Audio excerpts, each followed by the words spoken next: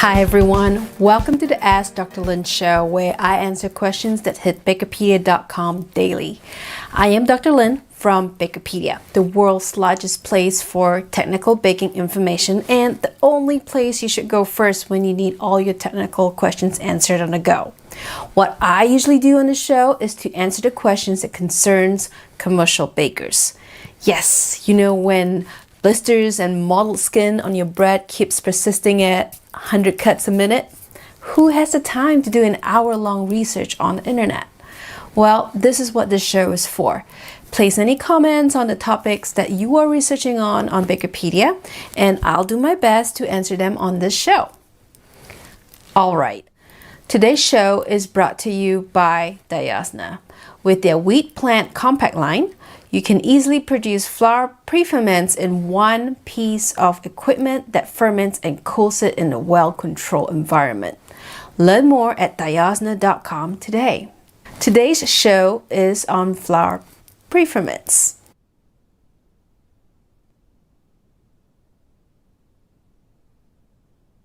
Before I start, just remember that I will be using flour brew and flour pre-ferment interchangeably. This is because they are the same thing.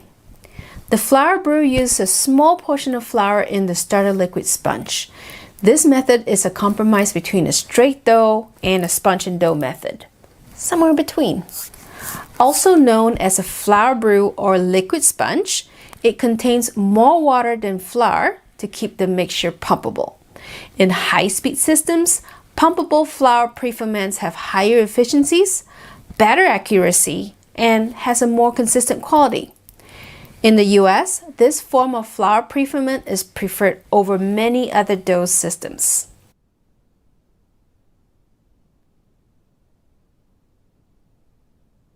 Like a sponge system, a flour pre-ferment contains a portion of the total flour, sometimes about 10 to 50% in the formula.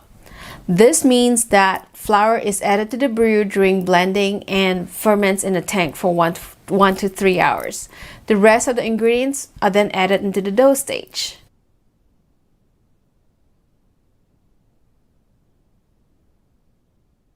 Dough mixing time at the mixer is a function of flour in the brew. As in the sponge and dough system where more flour is fermented and matured, less mechanical development of the dough is needed. Therefore, as flour increases in the brew, dough mixing time will be reduced. And as flour decreases in the brew, mixing time is going to increase.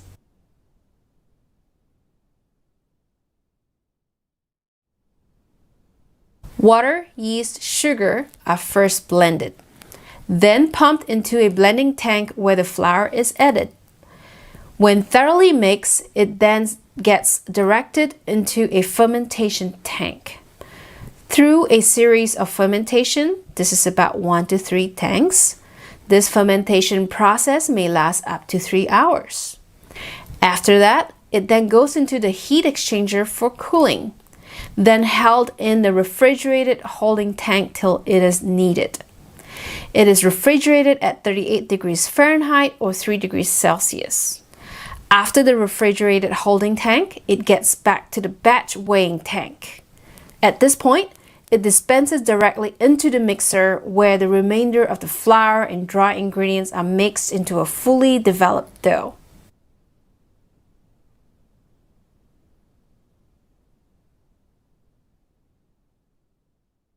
For a typical white bread or bun product using the flour brew method, here's an example. About 40% of the flour goes into the brew with 50% of the water, all the yeast, and about 1% of the sugar.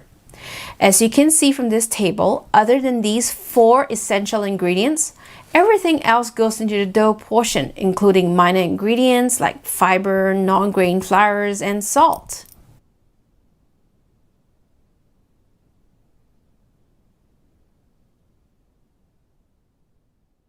The answer to this is really dependent on your water quality.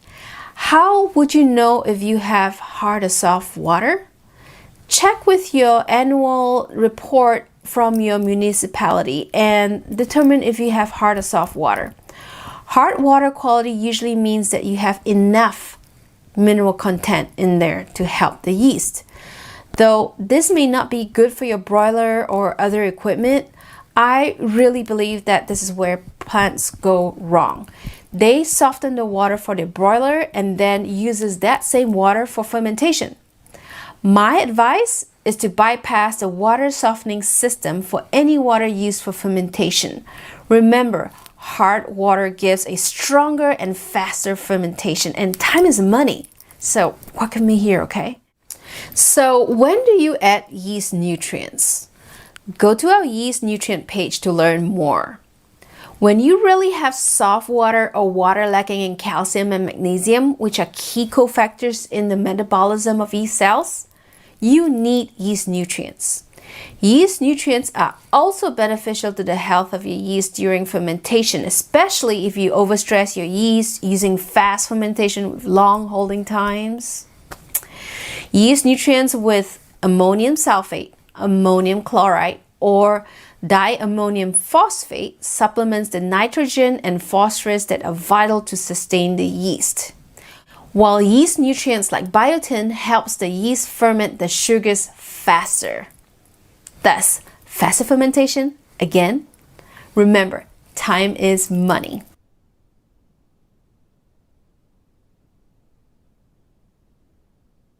This again depends on the flour quality. Do you have good quality flour? Go to this page and learn how you can understand your flour quality a little better. Indicators of good flour quality are longer stability times and lower MTI.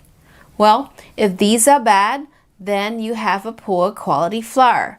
So it would be a good idea to add dough conditioners into the flour brew stage to give the flour gluten proteins a little head start in oxidation.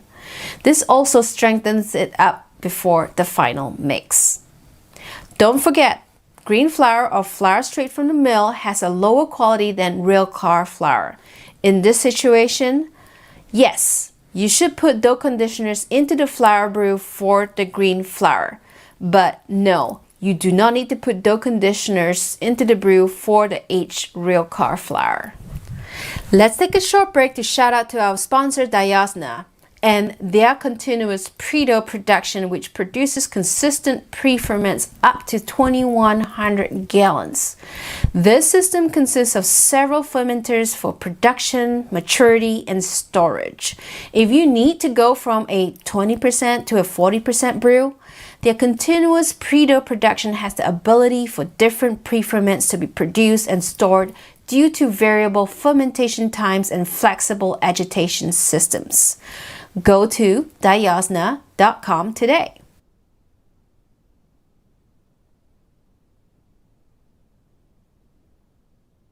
As mentioned previously, a flour brew has more flour than a water brew and less flour than a solid sponge. As you go up on the level of flour in the flour brew, more buffering will occur. This creates a more stable brew system.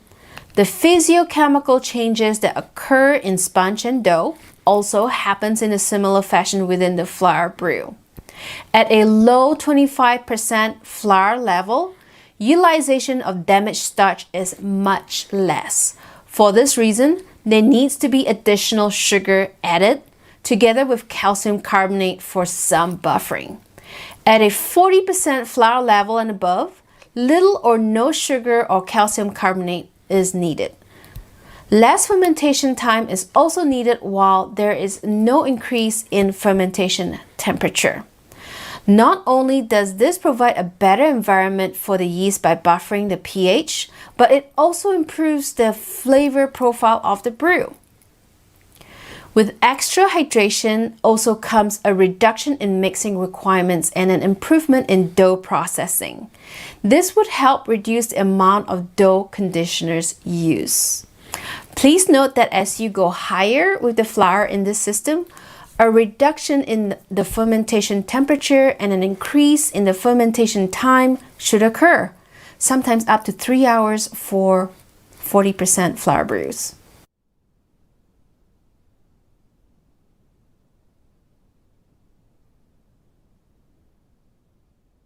Once in the fermentation tank, the brew will ferment for 3 hours at about 78 degrees Fahrenheit or 26 degrees Celsius in a jacketed tank that permits this temperature to be maintained. Keep it at a lower temperature so that you can reduce foaming. Foaming will affect its density and the ability to keep metering consistent. After fermentation, it is usually cooled through a heat exchanger into a bulk holding tank, and it's kept at that temperature for a while at about 38 degrees Fahrenheit or 3 degrees Celsius. How do you know if you ferment and cool correctly? Use pH or TTA. TTA is also known as titratable acidity. You can use pH or TTA to monitor the acidity of the brew. Flour brews at this point should have no less than pH of 4.6 and a TTA of 8.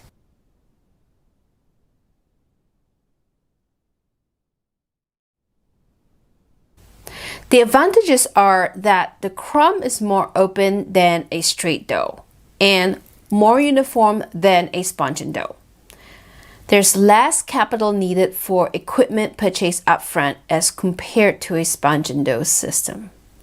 It uses less floor space than a sponge and dough system. As compared to straight doughs and water brews, flour brews have faster mixing times. It also uses fewer dough conditioners, and it has more flavor intensity than straight dough systems. It is also the best system for use in a continuous mixing process.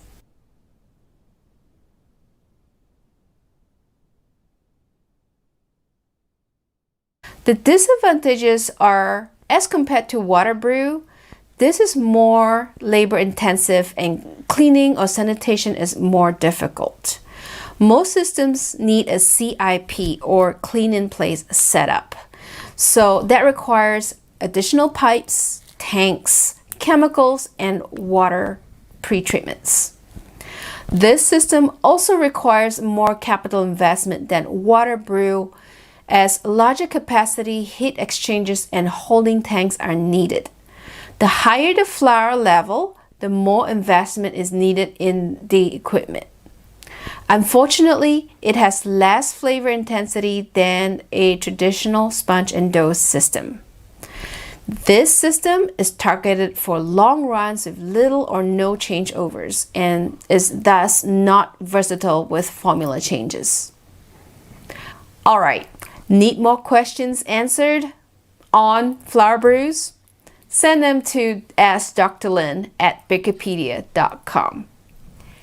Thank you for joining me today on Ask Dr. Lynn. Some of you ask me how I do this for free. Well, I do it through sponsorships. Remember, BAKERpedia can't be and I can't do what I do here without our sponsors. So I'm thankful to sponsors like Diosna. This episode is sponsored by Diosna, the dough experts. Check out their wheat plant compact line that offers flexible production of flour brews. You know how some systems may create gluten washout? Not this system. Their gentle mixing action with individual stirring speeds and rest times prevents any kind of gluten separation. Want to learn more? Go to diosna.com today. All right, before I go, please like and subscribe to this channel. See you the next time.